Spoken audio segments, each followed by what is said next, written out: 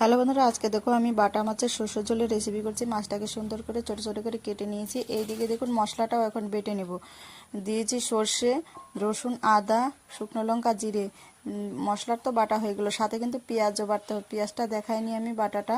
তারপর দেখুন এদিকে তেল দিয়ে কড়াইয়ের মধ্যে মাছটা লবণ হলুদ দিয়ে ভেজে নিয়েছি। তারপর এখানে ফোড়নে দিব, আর একটু তেল দিয়ে ফোড়নে দিচ্ছি জিরে আর শুকনো লঙ্কা। তারপর মশলাটা বাটা দিয়ে দিলাম, পেঁয়াজ বাটা দিয়েছি প্রথমে, তার মশলাটা বাটা দিয়ে দেবো।